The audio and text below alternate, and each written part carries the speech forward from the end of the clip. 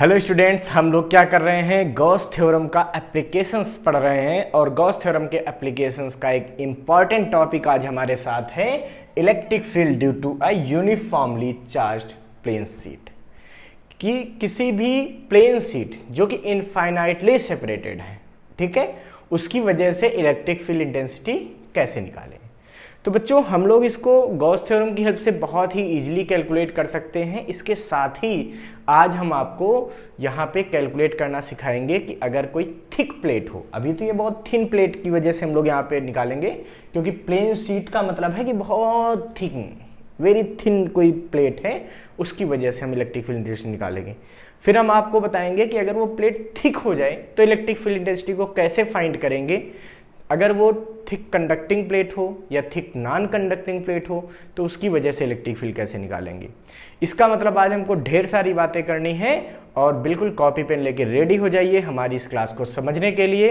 तो सबसे पहला टॉपिक हम शुरू करते हैं कि electric field intensity due to uniformly charged infinite plane sheet. तो देखिए बच्चों, मान लेते हैं कि एक प्लेन शीट है कुछ इस तरीके से, ठीक है, जो कि इनफाइनाइटली सेपरेटेड है। इनफाइनाइट का मतलब इधर चली गई है आगे तक, इनफाइनाइट तक, नीचे भी चली गई है इनफाइनाइट तक। और इस शीट पे चार्ज हमने दे रखा है कुछ इस तरीके से, पॉजिटिव चार्ज है ऐसा मान के चलते हैं, कुछ इस तरीके से यूनिफॉर्मली ये चार्ज। सबसे बड़ी बात यह है कि इस प्लेट पर सरफेस चार्ज डेंसिटी सिग्मा है। बच्चों, सरफेस चार्ज डेंसिटी क्या होती है ये हमको समझ लेना चाहिए। सरफेस चार्ज डेंसिटी, इसको हम लोग लिखते हैं सिग्मा से, और सिग्मा इज इक्वल टू होता है Q अपान A। देखिए, इस पूरी सीट का तो चार्ज हम निकाल नहीं पाएंगे, इनफाइनाइट सेपरेशन दे दिया गया। वैसे इनफाइनाइट का मतलब ये नहीं कि जरूरी कि वो इतनी बड़ी हो कि बिल्कुल पाताल लोक से लेकर स्वर्गलोक तक बनी हो, नहीं। होता क्या है कि जो डिस्टेंस हम यहां लेंगे जहां पे हमें इलेक्ट्रिक फील्ड निकालनी है, ये मान लो पॉइंट लिया जहां पे हमें इलेक्ट्रिक फील्ड इंटेंसिटी फाइंड करनी है, इस पॉइंट की जो डिस्टेंस है इस सीट के सेंटर से, उससे ये बहुत दूर होना चाहिए, मतलब उसके रिस्पेक्ट में ये बहुत बड़ी होनी चाहिए। इस पॉइंट के रिस्पेक्ट में इस प्लेट की सेपरेशन बहुत ज्यादा होनी चाहिए, ठीक है। तो हम इसको इनफाइनाइट शीट कह सकते हैं। अब बच्चों, बात यहां पे ये आती है कि जैसे हमने कहा कि यहां पे हमने कोई पॉइंट P सपोज कर लिया। अच्छा, एक बात और है, सेपरेशन इधर ही इनफाइनाइट नहीं होना चाहिए, जो बाहर ऐसे जा रहा है ना ये भी इनफाइनाइट, पूरा इधर भी इनफाइनाइट इधर भी इनफाइनाइट, ये ऐसी शीट होती है, ठीक है। अब हमको इस पॉइंट पे इलेक्ट्रिक फील्ड इंटेंसिटी निकालनी है। इसके लिए हमने कहा सरफेस चार्ज डेंसिटी की जरूरत पड़ेगी। क्यों? क्योंकि हमको एक छोटे से एरिया का चार्ज निकालना होगा। तो छोटे से एरिया का कैसे चार्ज निकालेंगे? तो मान लेते हैं कि इस प्लेट की सरफेस चार्ज डेंसिटी सिग्मा है। तो अगर सिग्मा सरफेस चार्ज डेंसिटी है तो ए एरिया में चार्ज कितना हो जाएगा? सिग्मा इंटू ए, क्योंकि सिग्मा हो गया Q upon A, means charge present at unit area. तो सरफेस चार्ज डेंसिटी का मतलब हो गया charge present at unit area. तो जब यूनिट एरिया पे चार्ज सिग्मा है तो ए एरिया पे कितना होगा? सिग्मा इंटू ए होगा। कैलकुलेट कर लेंगे। बच्चों, इस P पॉइंट पे इलेक्ट्रिक फील्ड इंटेंसिटी हमको फाइंड करनी है। तो हम क्या करेंगे, हम यहां से ये सोचेंगे कि अगर हम यहां से एक गॉसियन सरफेस ड्रा कर लें। आपको पता है कि जब भी गॉस थ्योरम का यूज करना होता है तो हमको इस सरफेस को इनक्लोज करना पड़ता है, बंद करना पड़ता है। तो हम क्या करेंगे, यहां पे एक गॉसियन सरफेस ड्रा करेंगे कुछ ऐसा। तो वो तो आर पार बनेगा भाई, ऐसे पीछे तक, यहां तक, जितना आगे उतना ही पीछे, तब तो चार्ज इनक्लोज होगा। अभी चार्ज क्या हो गया? इनक्लोज हो गया ऐसे, ठीक है। ये हमने गॉसियन सरफेस यहां पे ले लिया। कितने एरिया का गॉसियन सरफेस लिया बच्चों? हमने ए एरिया का गॉसियन सरफेस लिया। ठीक है, अब सोचिए इस पॉजिटिव प्लेट की वजह से इलेक्ट्रिक फील्ड किधर होगी? वो इलेक्ट्रिक फील्ड होगी आउटवर्ड। इस गॉसियन सरफेस का यहां का एरिया वेक्टर किधर होगा? वो भी होगा आउटवर्ड। इसी तरीके से इस जो ये प्लेट है सीधी सीधी और पॉइंट एक इधर माना था, तो इलेक्ट्रिक फील्ड आउटवर्ड। अब एक दूसरा पॉइंट पीछे आ रहा है, तो इसकी वजह से यहां इलेक्ट्रिक फील्ड क्या होगी? इधर आउटवर्ड। इधर आउटवर्ड का मतलब ये इलेक्ट्रिक फील्ड कहां जाएगी? इधर। इसका एरिया वेक्टर इधर कहां जाएगा बच्चों? इधर। ठीक है, देखिए जो भी फ्लक्स पास होगा वो प्लेन सरफेस से ही पास होगा। जो सिलेंडर दिख रहा है, इस सिलेंडर के प्लेन सरफेस से फ्लक्स पास होगा। क्यों? क्योंकि प्लेन सरफेस में ई और ए दोनों पैरेलल हो रहे हैं। पैरेलल हो रहे हैं तो फ्लक्स का फार्मूला होता है ई डॉट ए, तो वो जीरो नहीं हो पाएगा। अगर आपने इस सिलेंडर के कर्व्ड सरफेस की बात की, ठीक है, कहीं भी कर्व्ड सरफेस आप सेलेक्ट कर लीजिए, मान लीजिए आपने यहां कहा, तो भाई कर्व्ड सरफेस का एरिया वेक्टर किधर होगा? परपेंडिकुलर आउटवर्ड, इधर। इसकी वजह से यहां इलेक्ट्रिक फील्ड किधर होगी? इधर। तो इलेक्ट्रिक फील्ड इधर, एरिया वेक्टर इधर। मतलब जो सिलेंडर आपने माना है ऐसा, उस सिलेंडर के कर्व्ड सरफेस पे एरिया वेक्टर और इलेक्ट्रिक फील्ड परपेंडिकुलर होंगे, तो कर्व्ड सरफेस से कोई फ्लक्स पास नहीं होगा। जो भी फ्लक्स पास होगा इसमें प्लेन सरफेस से होगा। समझ गए? तो लिखेंगे, अब ऐसा नहीं कि इधर का कर्व्ड सरफेस नहीं ले सकते तो इधर ले लो, इधर भी लेने की कोशिश करो। कहीं भी मान लो आपने कहा ये कर्व्ड सरफेस लेंगे, तो इसका एरिया वेक्टर क्या होगा? ये। इलेक्ट्रिक फील्ड किधर होगी? ये।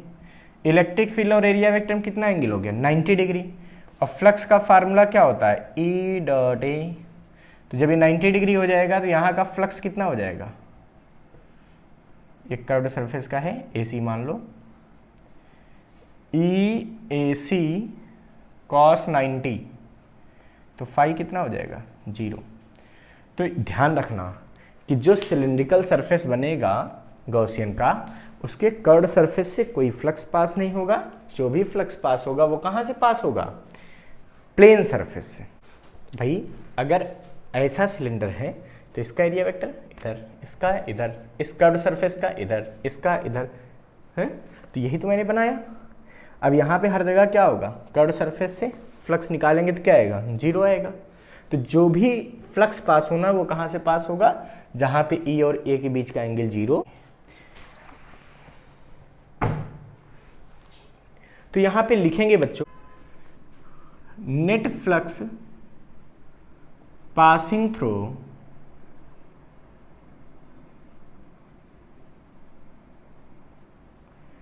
गॉसियन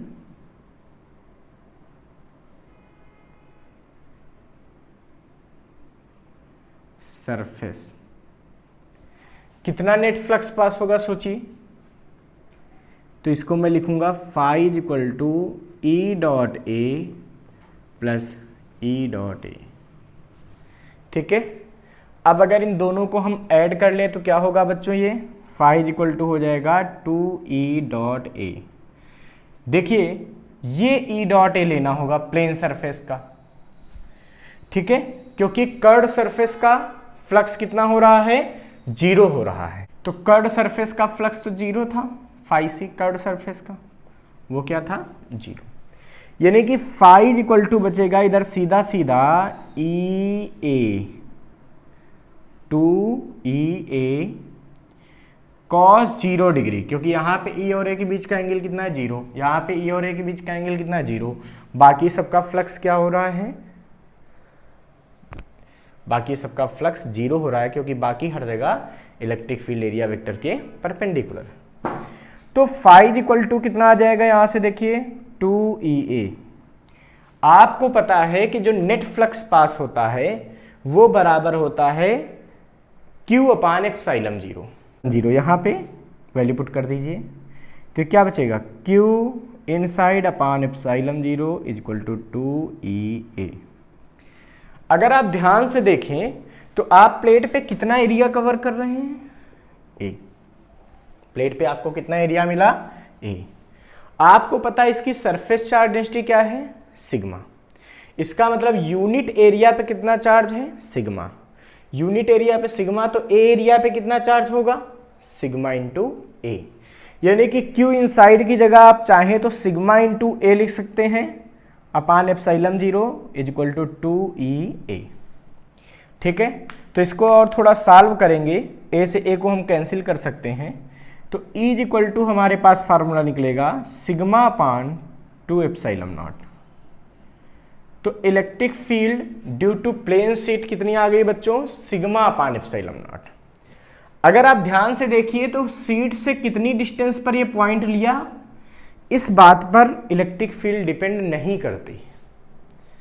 बट बच्चों आप एक बात का ध्यान रखिएगा, ये तभी होगा जब शीट का सेपरेशन चाहे वाई एक्सिस में हो चाहे जेड एक्सिस में, ठीक है, जो शीट का सेपरेशन है वो इनफाइनाइट हो, मतलब वो इस एक्स के रेस्पेक्ट में बहुत बड़ा हो और ये पॉइंट बीच में कहीं होना चाहिए। अगर शीट के किनारे लोगे तो वहां पे भी ये चीज लागू नहीं हो पाएगी। तो ये शीट के बीच में जब हम पॉइंट लेते हैं तो वहां पे ये चीज लागू होती है। सबसे बड़ी बात है कि इलेक्ट्रिक फील्ड इंटेंसिटी की डायरेक्शन आउटवर्ड होती है ड्यू टू पॉजिटिव प्लेट। अगर यही प्लेट निगेटिव हो जाती तो इलेक्ट्रिक फील्ड की डायरेक्शन किधर हो जाती, इनवर्ड हो जाती। तो ये भी ध्यान रखने वाली बात है कि electric field intensity due to positive plate is outward and due to negative plate is inward. और इलेक्ट्रिक फील्ड इंटेंसिटी डिस्टेंस पर कब डिपेंड नहीं करेगी, जब सेपरेशन बहुत ज्यादा होगा in comparison to distance of the point at which we have to find the electric field. उससे भी ज्यादा इंपॉर्टेंट बात बच्चों यहां पे ये आती है कि ये पॉइंट कहां होना चाहिए, बीच में होना चाहिए। ठीक है, मतलब बिल्कुल एज पर नहीं लेना है ये पॉइंट, तब ये चीज नहीं होगी। तो ये गॉस थ्योरम का एप्लीकेशन हो गया। अब बच्चों इसके बाद हम सीखेंगे कि अगर दो प्लेन शीट सेम चार्ज की एक दूसरे के सामने रख दी जाए तो उनके आसपास इलेक्ट्रिक फील्ड किस तरह होती है, ये हम कैलकुलेट करेंगे। तो चलिए बच्चों अब हम सॉल्व करते हैं electric field due to two charged infinite plane sheets. तो बच्चों हम ऐसा करते हैं कि मान लेते हैं कि दो इनफाइनाइट सेपरेशन की ये प्लेट्स रखी हुई हैं। ये आपको लाइन से दिख रही है बट रियल में क्या है, ऐसे पूरा फैली हुई है, ऊपर तक बिल्कुल ऐसे रखी हुई है। ठीक है, ये शीट फैली हुई है इनफाइनाइट तक, इंटेंसिटी निकालनी है। हम मान लेते हैं कि इन दोनों पे हमने प्लस चार्ज दे रखा है, सिमिलर चार्ज्ड हैं ये प्लेटें कैसी हैं बच्चों, सिमिलर चार्ज्ड हैं। यहां पे लिख देते हैं ये कैसी है, ये है क्या हो गई, सिमिलर चार्ज्ड प्लेट हो गई। ठीक है, इसका मतलब ये दोनों क्या हो गई, पॉजिटिव हो गई। ठीक है, हम मान लेते हैं बच्चों कि इस पर सरफेस चार्ज डेंसिटी सिग्मा है और इस पर सरफेस चार्ज डेंसिटी सिग्मा 2 है। इस पर सिग्मा 1 है और इस पर क्या है, सिग्मा 2 है। अब बच्चों हमको यहाँ पर बीच में इलेक्ट्रिक फील्ड बतानी है, हमको यहाँ पे इलेक्ट्रिक फील्ड फाइंड करनी है, हमको यहाँ पे फाइंड करनी है। मीन्स हमको 3 पॉइंट्स पे इलेक्ट्रिक फील्ड इंटेंसिटी निकालनी है। इस प्लेट के लेफ्ट में क्या होगा, P1 पे, इस प्लेट पे के बीच में क्या होगा इन दोनों के, और यहाँ किनारे पे क्या होगा, P3 पे। अब बच्चों हम ये भी मान लेते हैं कि पहली प्लेट की सरफेस चार्ज डेंसिटी ज़्यादा है दूसरी प्लेट से, मतलब sigma 1 is greater than sigma 2। ठीक है, तो हम सबसे पहले ये देखते हैं कि पहली प्लेट की वजह से, इसको हम पहली प्लेट ही मान लेते हैं और इसको हम दूसरी प्लेट कह लेते हैं। तो हम मान लेते हैं कि भाई P1 पॉइंट पे पहली प्लेट की वजह से इलेक्ट्रिक फील्ड कितनी होगी सोचो, और दूसरी प्लेट की वजह से इलेक्ट्रिक फील्ड कितनी होगी। तो पहली प्लेट से हम मान लेते हैं इलेक्ट्रिक फील्ड E1 है, तो E1 किधर होगी भाई, प्लस प्लेट है, प्लस की वजह से इलेक्ट्रिक फील्ड क्या होती है, आउटवर्ड इधर होगी।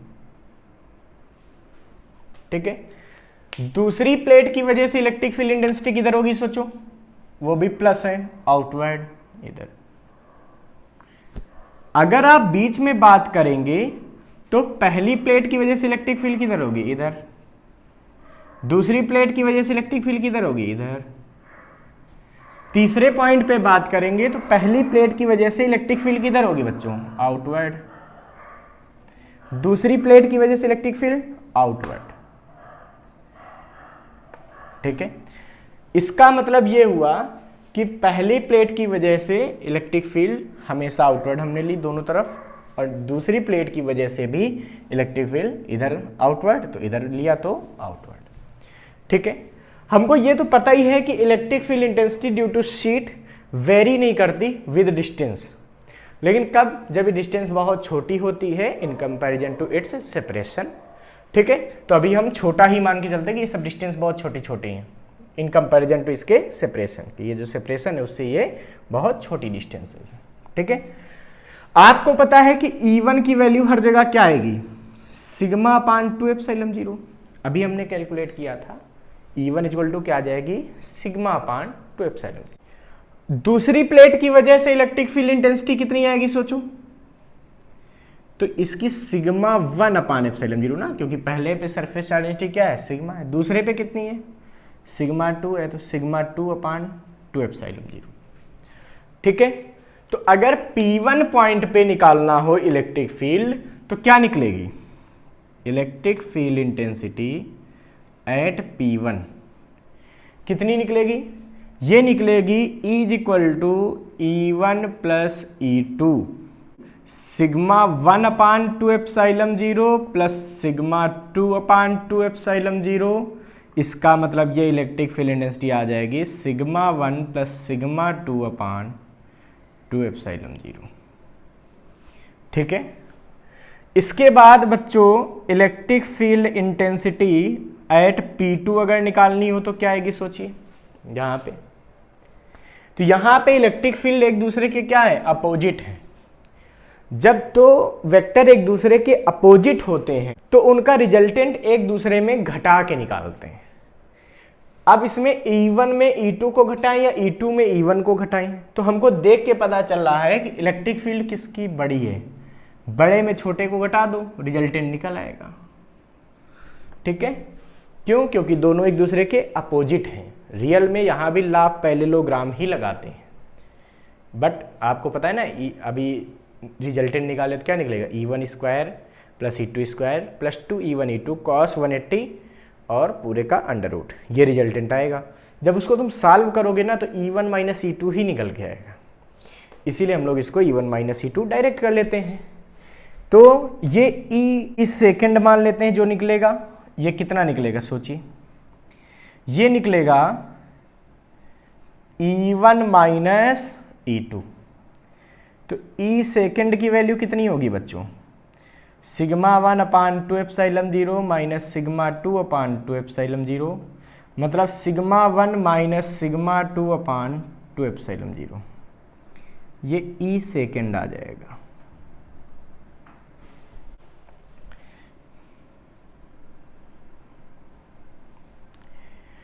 फॉर P3 अगर P3 पे बात करो तो क्या आएगा भाई, E थर्ड बराबर E1 प्लस E2। क्यों, क्योंकि वहां भी दोनों इलेक्ट्रिक फील्ड क्या है, सेम डायरेक्शन में, और जब दो वेक्टर सेम डायरेक्शन में होते हैं तो उनका रिजल्टेंट उनको जोड़ कर आता है। इसका मतलब E बराबर E1 minus E2। E third आ जाएगा सिग्मा 1 अपान 2ε0 प्लस सिग्मा 1 अपान सिग्मा 2 अपान 2ε0, तो ये आ जाएगा सिग्मा 1 प्लस सिग्मा 2 अपान 2ε0। बेटा एक बात और ध्यान रखना, कुछ बुक्स में ये केस तब भी आता है जब सिग्मा 1 इक्वल टू सिग्मा 2 हो जाए। ठीक है, तो अगर स्पेशल केस ऐसा ले लें कि for sigma 1 is equal to sigma 2, तो यहाँ की इलेक्ट्रिक फील्ड क्या होगी, यहाँ की क्या होगी, यहाँ की क्या होगी, आप इजीली कैलकुलेट कर सकते हैं। भाई यहाँ की इलेक्ट्रिक फील्ड रिजल्टेंट किधर आई सोचो, इधर जाएगी, ई नेट, ई फर्स्ट थी।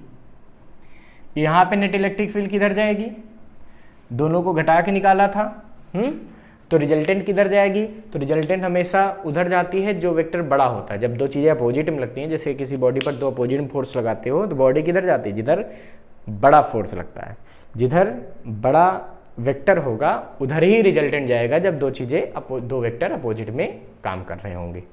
इसका मतलब यहाँ पे जो इलेक्ट्रिक फील्ड रिजल्टेंट जाएगी वो किधर जाएगी, E1 ग्रेटर थी सिग्मा 1 की वजह से, तो ये इधर जाएगी। ठीक है, इसकी जो रिजल्टेंट आई है वो किधर जाएगी, वो इधर जाएगी। वो तो सेम ही डायरेक्शन में थे, उसमें कोई दिक्कत नहीं।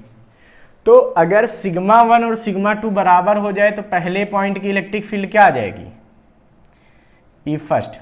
देखिए ई फर्स्ट क्या आया था, ये आया था sigma 1 plus sigma 2 upon 2 epsilon 0।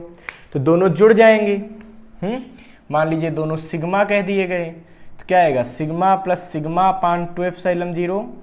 इसका मतलब ई फर्स्ट हो जाएगा सिग्मा अपान एप्सिलॉन 0। कब, जब दोनों प्लेटों की सरफेस चार्ज डेंसिटी इक्वल होगी।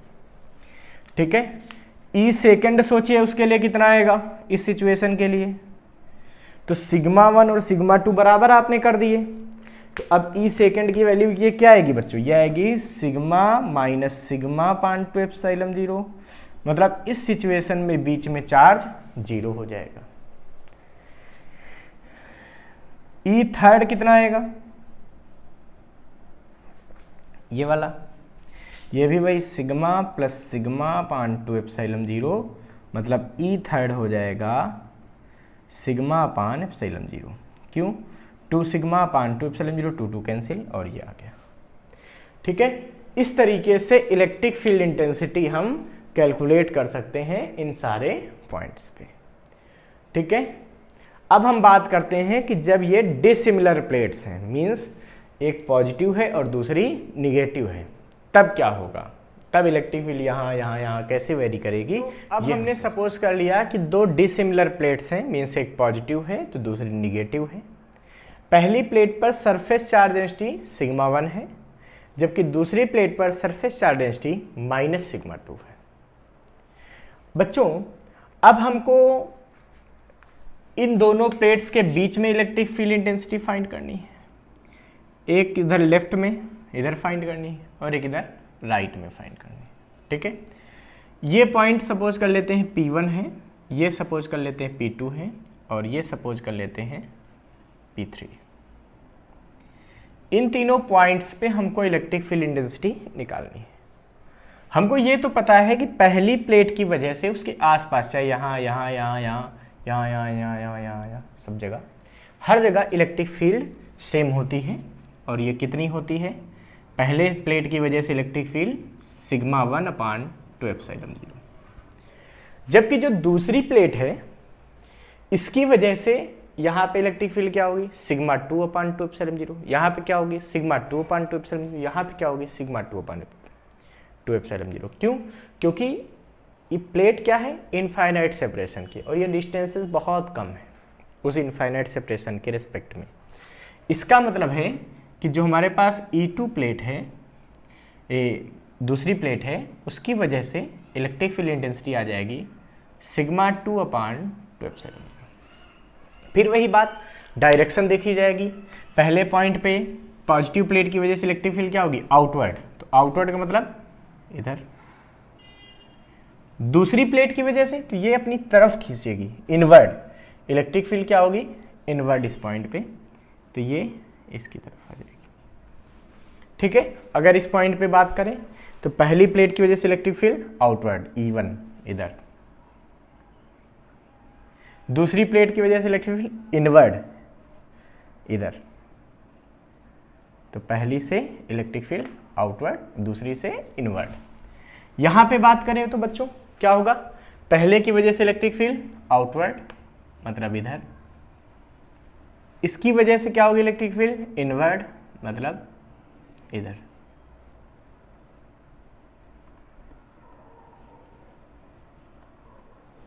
ठीक है, अब बच्चों नेट इलेक्ट्रिक फील्ड P1 पे क्या निकलेगी, तो eight P1 net electric field, यहां पे लिखेंगे नेट इलेक्ट्रिक फील्ड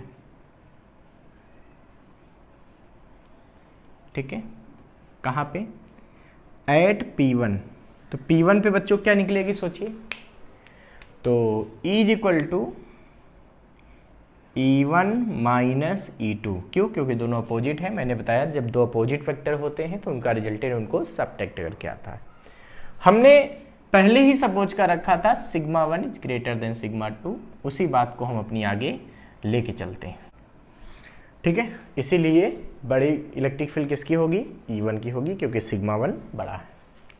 तो ये इलेक्ट्रिक फील्ड कितनी निकलेगी बच्चों, ये निकलेगी sigma 1 upon 2 epsilon 0 minus sigma 2 upon 2 epsilon 0, means E आ जाएगा sigma 1 minus sigma 2 upon 2 epsilon 0। ये इलेक्ट्रिक फील्ड आ गई P1 पॉइंट पे, E फर्स्ट आ गई, ठीक है। ये पहला आंसर आ गया। अब अगर एट P2 हमको बच्चों निकालना होता तो हम क्या सोचते, P2 पे देखिए दोनों सेम डायरेक्शन में, तो नेट इलेक्ट्रिक फील्ड क्या होगी, E1 प्लस E2। क्यों? क्योंकि दोनों सेम डायरेक्शन में। तो E second is equal to, ये क्या आएगा, E1 plus E2। Value put कर दीजिए,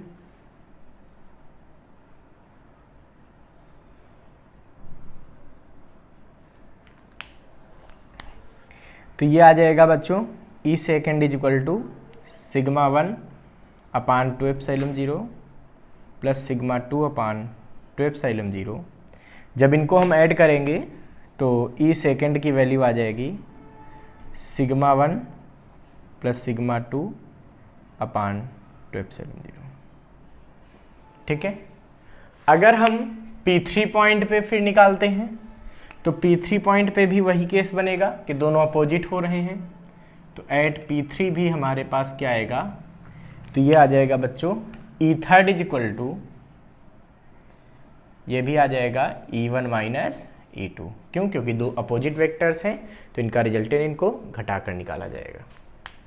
अब क्या आएगा आंसर यहाँ पे बच्चों, E थर्ड की वैल्यू ये आ जाएगा E1 माइनस E2, यानी कि डायरेक्ट वैल्यू पुट करेंगे तो क्या आएगा, sigma 1 upon 2 epsilon 0 minus sigma 2 upon 2 epsilon 0, मतलब E थर्ड आ जाएगा sigma 1 minus sigma 2 upon 2 epsilon 0। अब बच्चों अगर मैं बात करता हूं यहाँ पे, ठीक है, कि अगर ऐसा हो जाए कि दोनों प्लेट की सरफेस चार्ज डेंसिटी सेम हो जाए, मतलब इफ ये स्पेशल कंडीशन होती है, ठीक है,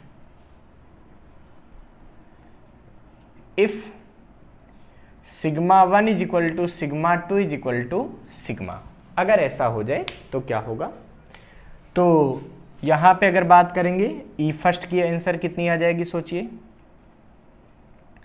यह आ जाएगी देखिए sigma 1 minus sigma 2 upon 2 epsilon 0, यानी कि हो जाएगा sigma minus sigma upon 2 epsilon 0, यानी कि E फर्स्ट की वैल्यू क्या आ जाएगी, 0, ठीक है। सेकंड केस E सेकंड कितना हो जाएगा, तो ये बन जाएगा सिग्मा अपान sigma plus sigma upon 2 epsilon 0, यानी कि ये आ जाएगा सिग्मा अपान एप्सिलॉन 0। देखिए 2 सिग्मा अपान 2 एप्सिलॉन 0 यानी कि सिग्मा अपान एप्सिलॉन 0। जो थर्ड सिचुएशन है E थर्ड की, ये भी कितनी आ जाएगी, साफ साफ दिख रहा है sigma minus sigma upon 2 epsilon 0, यानी कि E थर्ड की वैल्यू भी 0 आ जाएगी। तो यहाँ से कहने का सेंस ये हुआ कि अगर दोनों प्लेटों पर सरफेस चार्ज डेंसिटी सेम है, ठीक है, भले ही एक पॉजिटिव और एक निगेटिव है, तो बाहर हर जगह इलेक्ट्रिक फील्ड क्या होगी, दोनों तरफ 0 होगी। जो भी इलेक्ट्रिक फील्ड होगी बीच में होगी, और कितनी होगी, सिग्मा अपान एप्सिलॉन 0। लेकिन तब होगा जब दोनों की सरफेस चार्ज डेंसिटी क्या है, इक्वल है। अब बच्चों हम लोग किसी कंडक्टिंग प्लेट से इलेक्ट्रिक फील्ड इंटेंसिटी फाइंड करते हैं जो कि एक फाइनाइट थिकनेस की हो, जिसकी मोटाई कुछ हो, उसकी हम इलेक्ट्रिक फील्ड इंटेंसिटी फाइंड करते हैं। बच्चों अब हम बात करते हैं कि अगर कोई चार्ज्ड प्लेट है, ठीक है, और वो फाइनाइट थिकनेस की है, और वो कैसी है, कंडक्टर है, ठीक है, मतलब ये मोटी सी प्लेन शीट है, मतलब ये शीट ऐसे चली है इनफाइनाइट तक, ऊपर चली गई ऐसे इनफाइनाइट तक, तो इस तरीके से ये पूरा फैली हुई है। मतलब अगर ये वाई एक्सिस है तो वाई एक्सिस में, जेड एक्सिस में फैली हुई है, इलेक्ट्रिक फील्ड हम इधर निकाल रहे हैं एक्स एक्सिस में, ठीक है। और ये कंडक्टर है, ये कैसा है, कंडक्टर है। तो बच्चों जब ये कंडक्टर है, इसका सीधा सा मतलब है कि इसको जो भी चार्ज देंगे वो कहां जाएगा, सरफेस पर जाएगा, ठीक है। इसकी थिकनेस फाइनाइट है, ये बहुत ज्यादा नहीं है लेकिन फिर भी फाइनाइट है। हमने मान लिया कि हमने इस कंडक्टर को प्लस चार्ज दे दिया, तो प्लस चार्ज देंगे तो इधर भी फैलेगा और इधर भी फैलेगा। मतलब ये हुआ कि अब हम ध्यान दें अगर, तो ये दो प्लेन शीट की तरह बिहेव करेगा। कैसे बिहेव करेगा कि जैसे एक ये प्लेट है, एक ये प्लेट है और एक ये प्लेट है, मतलब ये दो पैरेलल प्लेट रखी हुई है, ऐसा ट्रीट करेगा कि दो प्लेन शीट ये रखी हुई है, ठीक है। तो अब हम भाई ये तो समझ ही रहे हैं कि दोनों तरफ का एरिया सेम होगा, ठीक है। इसका मतलब अगर इधर की सरफेस चार्ज डेंसिटी सिग्मा है तो इधर की भी सरफेस चार्ज डेंसिटी क्या होगी, सिग्मा होगी। और ये जो कंडक्टिंग प्लेट है ये दो प्लेटों की तरह बिहेव करेगी, तो इसको हम मान लेते हैं ये पहली प्लेट है और ये क्या है बच्चों, दूसरी प्लेट है। समझिए कि ये कंडक्टर है इतना मोटा सा और बहुत बड़ा है, ऐसे पूरा नीचे तक, ये इधर, ठीक है। इसको हमने क्या किया, पॉजिटिव चार्ज दे दिया। जब पॉजिटिव चार्ज देंगे तो क्या होगा, इधर फैलेगा, इधर फैलेगा, यहाँ, बट यहाँ तो इतना कम है कि नेग्लिजिबल है अभी भी इसके रेस्पेक्ट में, क्योंकि एक्सपेंशन कैसा है, इनफाइनाइट तक, ठीक है। अब बच्चों क्या है कि इधर फैल गया तो ये एक सीट की तरह काम कर रही है, जैसे प्लेन सीट अभी हम लोग देख रहे थे ना सिंगल, वैसे ही है। ये दूसरी प्लेन सीट की तरह काम कर रही है। तो यहाँ पे क्या था भाई, जो हम प्लेन सीट पढ़ते थे वहाँ पे इसकी थिकनेस इनफाइनाइट स्मॉल थी, इसका मतलब वहाँ पे चार्ज की समझो केवल एक लेयर थी। यहाँ पे चार्ज की कितनी लेयर हो गई, दो लेयर हो गई। तो यहाँ पे जब हम देखेंगे तो ये दो अलग अलग प्लेट की तरह बिहेव करेंगी, ठीक है। अब पहले प्लेट की वजह से यहाँ पे इलेक्ट्रिक फील्ड क्या होगी, पहले सरफेस की वजह से, तो इसकी वजह से यहाँ पे इलेक्ट्रिक फील्ड क्या होगी, E1। दूसरे सरफेस की वजह से यहाँ पे इलेक्ट्रिक फील्ड क्या होगी बच्चों, E2। इधर भी सेम वैसे ही निकाल सकते हो, इधर E1 पहले की वजह से, दूसरे की वजह से भी आउटवर्ड E2। तो नेट इलेक्ट्रिक फील्ड इंटेंसिटी इस पॉइंट पे क्या होगी, जरा विचार करो।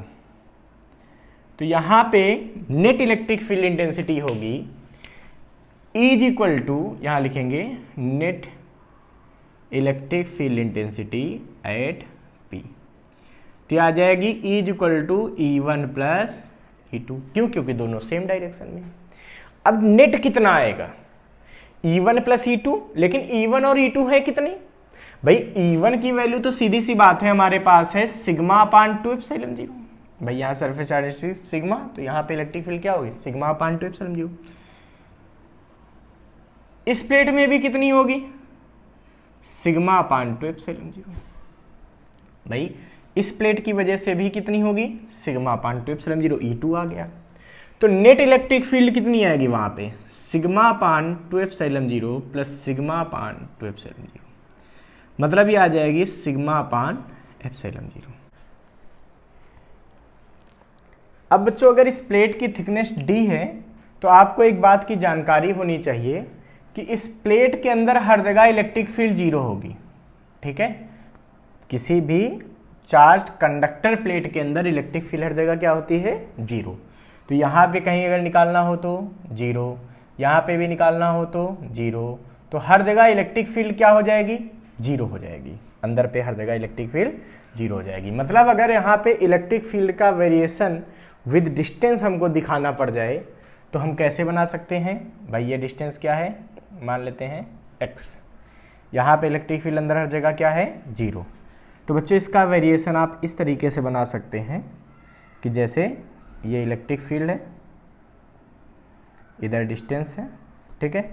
तो सेंटर से, ये सेंटर ले लेते हैं, इधर टोटल डिस्टेंस d है, तो सेंटर से थिकनेस कितनी हो जाएगी, d/2, इधर भी थिकनेस d/2। तो इधर d/2 तक इलेक्ट्रिक फील्ड 0 रहेगी, इधर भी d/2 तक इलेक्ट्रिक फील्ड 0 रहेगी, उसके बाद इलेक्ट्रिक फील्ड कैसी है, देखो आगे इलेक्ट्रिक फील्ड क्या है, सिग्मा अपान एप्सिलॉन जीरो, मतलब वो डिस्टेंस से डिपेंड नहीं कर रही। जब वो डिस्टेंस से डिपेंड नहीं कर रही मतलब वो क्या हो जाएगी, कांस्टेंट ऐसे। बट एक कुछ डिस्टेंस तक ही होती है, बहुत ज़्यादा डिस्टेंस लेने पर वेरी होने लगता है, ठीक है। But for very small distance x की वैल्यू जब तक स्मॉल है तब तक ये ऐसा बन सकता है ग्राफ, ठीक है बच्चों, इसको नोट कर लीजिए। स्टूडेंट्स अब हमको एक फाइनाइट थिकनेस की, मीन्स ये उसकी क्या है, थिकनेस है प्लेट की, ठीक है, एक फाइनाइट थिकनेस की एक नॉन कंडक्टिंग प्लेट जो कि चार्ज्ड हो, उसकी वजह से इलेक्ट्रिक फील्ड इंटेंसिटी निकालनी है, ठीक है। वास्तव में ये इसकी थिकनेस है और ये उसकी ब्रेथ है, ये बहुत बड़ी, ये उसकी लेंथ भी बहुत बड़ी, मतलब ये इनफाइनाइट सेपरेशन की है। बट आपको छोटा करके इसलिए दिखा रहे हैं ताकि आपको ये चीज़ पहले तो क्लियर हो जाए कि हाँ इनफाइनाइट सेपरेशन है, उसकी थिकनेस कैसी होगी, तो ये कुछ उसकी थिकनेस हो गई, ठीक है। ये इसकी क्या है, थिकनेस है, बट रियलिटी में प्लेट क्या है, बहुत बड़ी है, इनफाइनाइट है in comparison to the distance जिस पर हमको इलेक्ट्रिक फील्ड इंटेंसिटी निकालनी है। सपोज कीजिए इस प्लेट की वजह से यहाँ पे हमको इलेक्ट्रिक फील्ड इंटेंसिटी निकालनी है। सबसे पहले तो बच्चों इस प्लेट को जब हम चार्ज देंगे तो कैसे चार्ज होगा, तो देखिए कंडक्टर पे जब हम चार्ज देते थे तो कंडक्टर पे चार्ज उसके सरफेस पर जाता था, मतलब बाहर बाहर यहाँ रहता था, ठीक है। बट नॉन कंडक्टर की एक खासियत होती है कि उसको हम जो भी चार्ज देंगे वो उसके पूरे वॉल्यूम में चला जाएगा, ठीक है। जब हम नॉन कंडक्टर को चार्ज करने की बात करते हैं तो हम उसके पूरे वॉल्यूम को चार्ज करने की बात करते हैं, समझ में आ रही बात। तो हमने मान लीजिए कि इसको कुछ इस तरीके से चार्ज कर दिया कि इसका पूरा वॉल्यूम चार्ज हो गया। तो बच्चों यहाँ पे अब सरफेस चार्ज डेंसिटी से काम नहीं चलेगा क्योंकि चार्ज सरफेस पर नहीं है, अब चार्ज कहाँ चला गया, उसके वॉल्यूम पे चला गया। तो यहाँ पे वॉल्यूम चार्ज डेंसिटी का यूज कर लेंगे। आपको पता होना चाहिए कि वॉल्यूम चार्ज डेंसिटी क्या होती है, वॉल्यूम चार्ज डेंसिटी। तो चार्ज एट यूनिट वॉल्यूम बोलते हैं इसको, वॉल्यूम चार्ज डेंसिटी, इसको रो से लिखते हैं। तो रो इज इक्वल टू हो जाता है Q upon V, means volume charge density is equal to charge upon volume. बच्चों अब हम इस प्लेट को कुछ ऐसे रखते हैं कि इसकी थिकनेस ऐसे हो जाए, ठीक है। इस प्लेट को ऐसे रख लेते हैं। जब ऐसे रखेंगे तो हमको केवल ये सरफेस उसका दिखाई देगा थिकनेस वाला, बाकी सब क्या हो जाएंगे, बंद हो जाएंगे। तो दोबारा इस डायग्राम को बनाते हैं, ठीक है। हम मान लेते हैं कि ये प्लेट ऐसे रख दी गई और इसकी पूरे वॉल्यूम पे चार्ज है, ये उसकी थिकनेस है, क्या है, T, ठीक है। हमको बच्चों यहाँ पे कोई पॉइंट है जिस पर हमको इलेक्ट्रिक फील्ड इंटेंसिटी कैलकुलेट करनी है। ये इनफाइनाइट सेपरेशन की प्लेट है पूरा, ठीक है, और इसके पूरे वॉल्यूम में चार्ज दिया जा चुका है।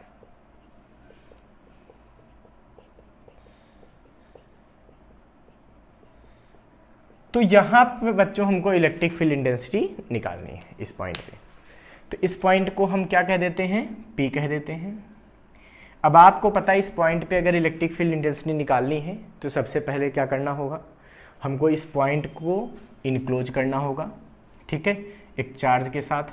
तो हम क्या करेंगे, यहाँ पे एक सिलेंडर सपोज कर लेंगे एरिया का। ड्यू टू सिमेट्री हमको पीछे तक इसको इनक्लोज करना पड़ेगा, ये हमने सपोज कर लिया।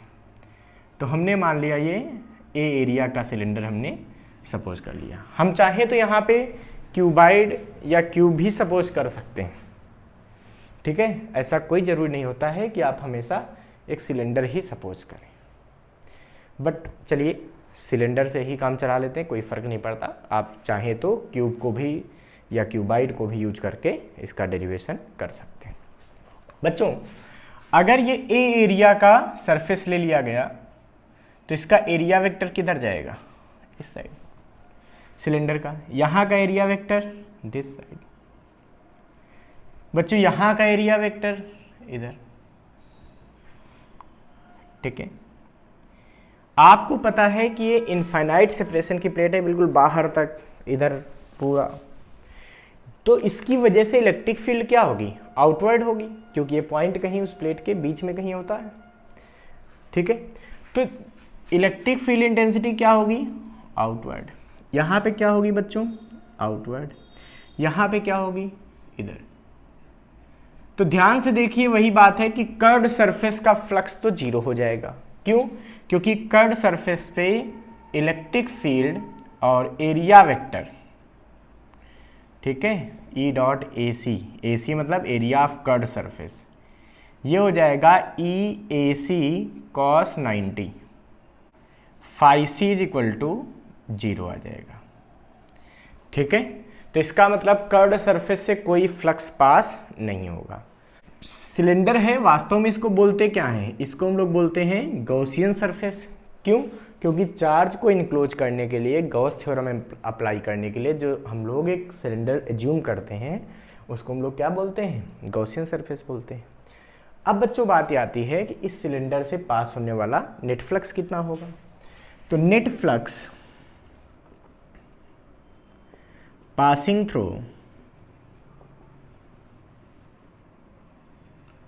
गॉसियन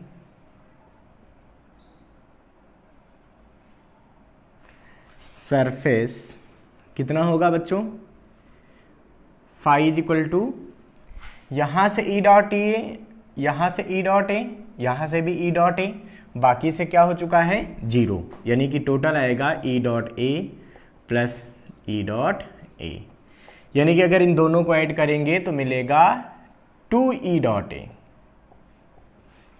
ठीक है, अब देखिए फाई की वैल्यू आ गई 2 ई ए कॉस, इनके बीच का एंगल, ए और ई के बीच का एंगल ये कितना है, 0 डिग्री है, इसका मतलब कॉस 0 आएगा, कॉस 0 की value 1, phi is equal to 2 E A. From Gauss theorem, from Gauss theorem हमको क्या पता है, फाई किसके बराबर होता है, क्यू इन अपान एप्सिलॉन 0, मतलब इनक्लोज्ड चार्ज अपान एप्सिलॉन 0। अगर मैं यहाँ पे वैल्यू पुट कर दूं तो क्या मिलेगा बच्चों, Q inside upon epsilon 0 is equal to 2 E A. सोचिए, ये ए एरिया का आपने सरफेस लिया, इसकी थिकनेस कितनी है बच्चों, टी है, तो यहां कितना वॉल्यूम इस सीट से कट होगा, इस सीट से वॉल्यूम कट होगा ए इंटू टी, और आपको पता है कि रो इज इक्वल टू होता है क्यू अपान वी, यानी कि क्यू बराबर कह सकता हूं मैं रो इंटू वी। इसका मतलब अगर यहां पे क्यू इनसाइड निकालना पड़ जाए तो क्या निकलेगा, रो इंटू वी। रो मतलब वॉल्यूम चार्ज डेंसिटी, और उसके बाद वी का मतलब वॉल्यूम। तो रो इंटू वॉल्यूम, वॉल्यूम कितना कवर हो रहा है देखिए, जो ये कटेगा सिलेंडर छोटा सा, इस सिलेंडर का एरिया ए होगा क्रॉस सेक्शनल, और इसकी थिकनेस कितनी होगी बच्चों, टी होगी।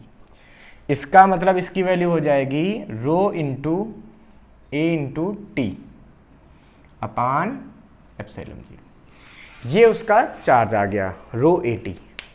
तो अगर ये वैल्यू यहाँ पुट करेंगे तो बच्चों हमें क्या मिलेगा, हमें मिलेगा rho A T upon epsilon 0 is equal to 2 E A से ए कैंसिल, तो ई इज इक्वल टू हो जाएगा rho T upon 2 epsilon 0। This is the electric field intensity at any point near to the charged non conducting plate of finite thickness. कोई finite thickness की plate है तो उसके पास में electric field intensity क्या होती है, रो टी अपान 2 एप्सिलॉन 0। कहने का सेंस ये है कि यहाँ पे भी देखिए इलेक्ट्रिक फील्ड इस डिस्टेंस पर डिपेंड नहीं करती कि ये डिस्टेंस कितनी है, मतलब यहाँ पे भी अगर रो टी अपान 2 एप्सिलॉन 0 है तो यहाँ पे भी रो टी अपान 2 एप्सिलॉन 0 यहाँ पे भी। ठीक है, तो यहाँ से कुछ डिस्टेंस तक इलेक्ट्रिक फील्ड कांस्टेंट रहती है, वो हमने निकाल दिया। ठीक है, तो ये हो गया expression for the electric field due to non conducting sheet at external point. बच्चों अब इसके बाद हम बात करेंगे कि अगर इसके अंदर यहां पे कोई पॉइंट कंसीडर कर ले तो वहां इलेक्ट्रिक फील्ड कैसे निकालेंगे। तो बच्चों अगर इसके अंदर कोई पॉइंट कंसीडर करेंगे तो इलेक्ट्रिक फील्ड कैसे निकल सकती है ये हम देखते हैं। इसको पहले आप नोट कर लीजिए। तो बच्चों हमने ये देख लिया है कि अगर इसके सरफेस पर यहां इलेक्ट्रिक फील्ड निकालनी हो तो क्या निकलेगी, E equal to rho T upon 2 epsilon 0, जहां पर रो क्या होगी, वॉल्यूम चार्ज डेंसिटी होगी। सबसे बड़ी बात यह है, ठीक है, कि सरफेस पर हो चाहे सरफेस के पास या नियरेस्ट कोई पॉइंट हो, हर जगह इलेक्ट्रिक फील्ड यही रहेगी, क्योंकि ये सेंटर से कितनी डिस्टेंस पर वो पॉइंट है इस बात पर डिपेंड नहीं करती। अब बच्चों हम मान लेते हैं कि इस सीट के अंदर, ठीक है, ये सीट का सेंटर है, मान लीजिए सेंटर ऐसे कट हो रहा है, सेंटर से x डिस्टेंस पर और सेंटर से x डिस्टेंस पर हम ये पॉइंट मान लेते हैं P, जहां पर हमको इलेक्ट्रिक फील्ड इंटेंसिटी निकालनी है। तो इस P पॉइंट पे हमें क्या करना है बच्चों, इलेक्ट्रिक फील्ड इंटेंसिटी को फाइंड करना है। ये लिख लेते हैं, ये P, ठीक है। तो इस सिचुएशन में बच्चों क्या करते हैं कि अगर हम ये सपोज कर लें कि यहां से इसको कट कर दें, इस सीट को, ऐसा हम अगर सपोज करते कि यहां से हम इस सीट को कट कर देते, तो हमें क्या महसूस होता कि ये P पॉइंट दो सीटों के बीच में है, एक की थिकनेस इतनी है और एक की थिकनेस इतनी है। भाई ये जब P पॉइंट पे निकालना तो हमको क्या महसूस होगा कि ये P पॉइंट दो सीटों के बीच में, एक की थिकनेस ये है और एक की थिकनेस ये है। अब इसकी थिकनेस क्या होगी ये हमको निकालना है, फिर ये अपने आप निकल आएगा। तो बच्चों अगर ध्यान से देखें तो हमको पता है कि ये डिस्टेंस कितनी होगी, ये हाफ हमने सोचा था, तो ये होगा t/2, तो इधर भी ये डिस्टेंस क्या होगी, t/2, ठीक है। तो यहां से इस प्लेट की थिकनेस क्या बनेगी, अगर यहां से कट करते हुए हम इसको सोचें तो इस प्लेट की थिकनेस क्या बनेगी, तो देखिए t/2 तो है ही, उसमें x और ऐड हो रहा है, ये x ऐड हो रहा है, यानी कि ये हो जाएगी t/2 प्लस x। जबकि अगर ये थिकनेस हम निकालने की कोशिश करते हैं तो क्या निकलेगा, उसमें से ये x हटा दीजिए तो ये वाली निकल आएगी, यानी कि इधर थिकनेस निकलेगी t/2 माइनस x। इसका मतलब ये P पॉइंट हमको ऐसा महसूस होगा कि ये दो प्लेटों के बीच रखा है नॉन कंडक्टिंग, एक की थिकनेस t/2 प्लस x है और एक की थिकनेस t/2 माइनस x है। हमको पता है सरफेस पर फार्मूला ये होता है E बराबर रो इंटू थिकनेस अपान 2 एप्सिलॉन 0। यानी कि अगर मैं बात करूं तो ये पहला पार्ट है और ये दूसरा पार्ट है, तो पहले पार्ट की वजह से यहां इलेक्ट्रिक फील्ड इंटेंसिटी क्या होगी, E1 होगी मान लेते हैं, और वो E1 किधर जाएगी, तो आउटवर्ड। ये दूसरा पार्ट है, ये छोटा सा ये वाला, इस पार्ट की वजह से यहां पे इलेक्ट्रिक फील्ड किधर होगी सोचिए, तो इस पार्ट की वजह से यहां पे इलेक्ट्रिक फील्ड इधर होगी E2, क्योंकि ये पॉजिटिव होगा, ये भी इधर करेगा, ये अपनी इलेक्ट्रिक फील्ड इधर करेगा। तो इस पॉइंट पे हमको इलेक्ट्रिक फील्ड इंटेंसिटी निकालनी है। तो बच्चों पहले तो हम पहले पार्ट की वजह से इलेक्ट्रिक फील्ड इंटेंसिटी निकालेंगे। तो पहले पार्ट की वजह से इंटेंसिटी क्या निकलेगी, इधर की तरफ होगी E1, और कितनी होगी, रो टी का मतलब थिकनेस, तो पहले पार्ट की थिकनेस कितनी है, t/2 प्लस x अपान 2 एप्सिलॉन 0, ठीक है। अगर दूसरे पार्ट की वजह से इलेक्ट्रिक फील्ड निकालते हो तो क्या निकलेगी, E2 सोचिए, तो रो इंटू इसकी थिकनेस, तो दूसरा पार्ट ये दूसरी प्लेट की तरह जो बिहेव कर रहा है, इस पार्ट की अगर थिकनेस देखो तो क्या आएगी, t/2 माइनस x अपान 2 epsilon 0। So net electric field, net electric field, तो नेट इलेक्ट्रिक फील्ड क्या होगी सोचिए, ये होगी E equal to E1 minus E2, ये होगी E equal to E1 minus E2। तो E इक्वल टू क्या आएगा बच्चों, E1 कितना आया देखिए, रो t/2 प्लस x अपान 2 एप्सिलॉन 0 माइनस E2 रो T/2 माइनस एक्स अपान 2 एप्सिलॉन 0। अगर हम इन रो कॉमन मिल जाएगा तो हमें मिलेगा क्या, यहां से देखिए net electric field is equal to मिलेगी रो अपान 2 एप्सिलॉन 0 ब्रैकेट में T/2 प्लस एक्स, और ये माइनस लग जाएगा तो माइनस का T/2 प्लस एक्स, T/2 से T/2 कैंसिल हो जाएगा, यानी कि फाइनल आंसर हमारे पास आ जाएगा रो अपान 2 एप्सिलॉन 0 इंटू 2x या is equal to rho upon X upon epsilon 0। इसका मतलब इसके अंदर इलेक्ट्रिक फील्ड क्या होगी, वो सेंटर से कितनी डिस्टेंस पर पॉइंट ले रहे हैं वहां पे डिपेंड करेगा। कहने का सेंस ये हुआ कि अगर आप इसके बीचों बीच पे कहीं इलेक्ट्रिक फील्ड यहाँ निकालना शुरू कर देंगे तो वो क्या निकलेगी, जीरो। क्यों? क्योंकि एक्स की वैल्यू जीरो, जैसे से सेंटर तरफ बढ़ोगे तो एक्स की वैल्यू क्या होगी, कम होगी। कहने का सेंस हुआ कि बाहर इलेक्ट्रिक फील्ड ये होती है रो टी अपान 2 एप्सिलॉन 0, अंदर ये होती है is equal to rho x upon epsilon 0, जहां पर रो क्या है, वॉल्यूम चार्ज डेंसिटी है, एक्स क्या है, सेंटर से वो डिस्टेंस है जहां इलेक्ट्रिक फील्ड निकालनी थी इन्फिनिट सेपरेशन की नॉन कंडक्टिंग प्लेट में, और बाहर में जो टी आया है वो क्या है, उसकी पूरी थिकनेस आती है। मतलब अगर इलेक्ट्रिक फील्ड का आप डिस्टेंस के साथ वेरिएशन देखना शुरू करते हैं, मान लीजिए ऐसा ये प्लेट है पूरी टी थिकनेस की, ये इधर T/2, ये इधर T/2, ठीक है। तो होगा क्या कि सेंटर पे इलेक्ट्रिक फील्ड जीरो होगी, जैसे जैसे आप सेंटर से आगे बढ़ेंगे एक्स बढ़ेगा, इलेक्ट्रिक फील्ड बढ़ती जाएगी बढ़ती जाएगी बढ़ती जाएगी, और उसके बाद क्या हो जाएगी, कांस्टेंट हो जाएगी, लेकिन ये कुछ दूरी तक ही रहती है, इस बात का ख्याल रखना है, ठीक है। ऐसे इधर भी बना सकते हैं, ऐसे इलेक्ट्रिक फील्ड बढ़ेगी बढ़ेगी बढ़ेगी, इधर भी कांस्टेंट हो जाएगी। ये इलेक्ट्रिक फील्ड का ग्राफ बन जाएगा। यहाँ पे E डिपेंड करेगी x पर, यहाँ पे डिपेंड नहीं करेगी, ठीक है। यहाँ पे रो टी अपान 2 एप्सिलॉन 0 मतलब कांस्टेंट होगी। ये नोट कर लीजिए आप लोग, ठीक है।